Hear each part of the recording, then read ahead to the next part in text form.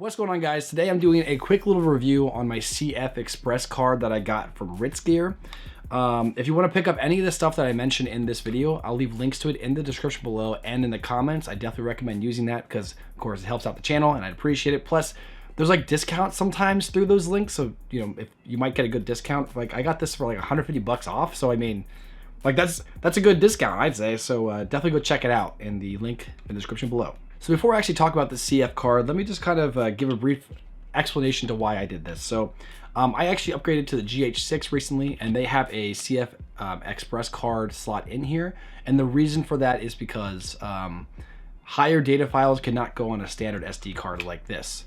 So I use this for photos, and that goes in there. And then I use this for video, and that's kind of the smartest way to go about that. So when I ordered my GH6, I was wondering, like, do I really need this CF Express card? And for a lot of things, you don't. But if you really want to push like this camera to limit, you need one. An SD card is just not going to have enough speed for you to keep up with those higher frame rates and higher resolutions. Like the 4K 120 at the highest setting with this thing, an SD card will not be able to do. The 5.7K at like, I think an SD card can do 30 frames with that one, but if you want to do 60 frames, it's not going to work. So there's a lot of elements that you just can't do unless you have the CF Express card. And I know a lot of people are like, oh, I have all these SD cards, why can't I just use these? Because you need to upgrade. If you really want to push this camera to limit and future cameras, it makes sense to buy one. And so that was the reason why I picked one up. I wanted to be able to push my camera to the limit. I think that with this card, I can do all that type of stuff. And so far with all my testing, I have yet to have any issues with it. I have yet to lose footage with it. So far with all of the extra files I've been pushing towards it, even the 800 megabytes per second setting that's on here, there's actually a setting for that. The card held up, which is great. Its read speed is 1700 megabytes, so it should be fine. But when you want to try to like transfer it over to like a computer, it actually goes down to 300 if you use an actual dock. Now I'll leave this dock in the description below too. This is the best one I could find because it also comes with a little SD card slot too. So that's pretty cool. We got both there. Best bang for your buck dock as well. So there you go. But it is not as fast as something like this, like a T5. A T5 and a T7, the Samsung external drives, they are faster when it comes to the actual writing speed. Yes, this is only rated for 500 megabytes per second, but and the SD card its read is 1700, so it actually does do a higher read. The thing about the T5 is that you can transfer data faster. So if you plug in your CF Express card into an adapter and then you plug this in too, and let's say you were to transfer the same file, this one's going to be better. You can get about 500 megabytes transfer with this too, where this one only transfers about 300 megabytes. Now it might just be the adapter itself, but I tried it with a different adapter and I tried it with this actual camera and I never got over 300 megabytes. So I think that's the highest the card has let it go, which honestly is still really fast, don't get me wrong, but like if you want, you want above that, you might be a little disappointed by that. But then again, I transferred a 20-minute 5.7K 24 FPS file through this adapter to my computer, and it only took 1 minute and 30 seconds to go through, which, you know what, I'm okay with waiting 1 minute and 30 seconds.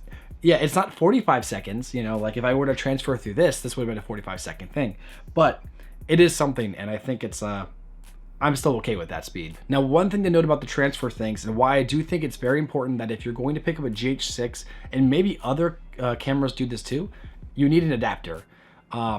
The GH6, you can actually, if you open this panel right here, you can connect a USB Type-C to your computer, and you can plug it in and transfer the data over. But the problem is, this thing only transfers about like 60 megabytes per second. I don't know why that is. I don't know if maybe this camera only lets it go like a certain amount and it kind of holds it back, whatever.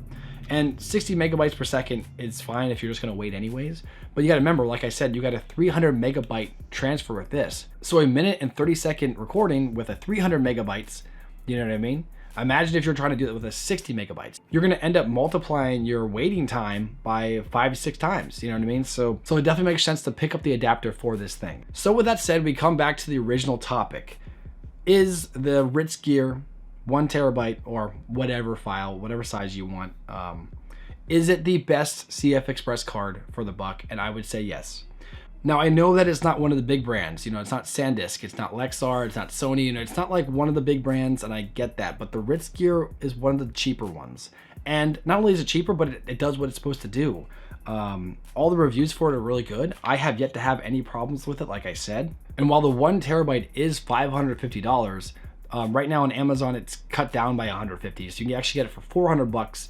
And then I think like the 500 gigabyte one you can get for like 300 or something like that, or down to 200. I don't remember. Go check out the prices. Like I said, there's links down here. I definitely recommend it. So far, I have 0 issues with it. It works great, especially if you are a GH6 owner. I don't exactly know how other cameras work. I did hear that it doesn't work with one of the Nikons. So if you have a Nikon, you're looking for one of these, you might want to skip over. I don't know which one. Now, I don't know why it doesn't work with the Nikon, but it definitely works with the GH6. So yeah, I guess that's kind of the end of this video. I hope it wasn't too boring. I hope it was kind of helpful. I mean, the main reason I made this video is because I was looking for this answer and I couldn't find it anywhere. So I decided to do the research myself and find the answer for maybe in the future if someone else is looking for it. Here's the video. But thanks again for watching, guys. Like I said, if you want to pick up any of this stuff, I'll leave links to it in the description below and in the comments. It definitely helps on my channel if you do purchase through those links. I'd appreciate it. Like always, if you enjoyed this video, please consider liking, subscribing, and turn on notifications. And until next time, guys, I'll catch you later. Peace.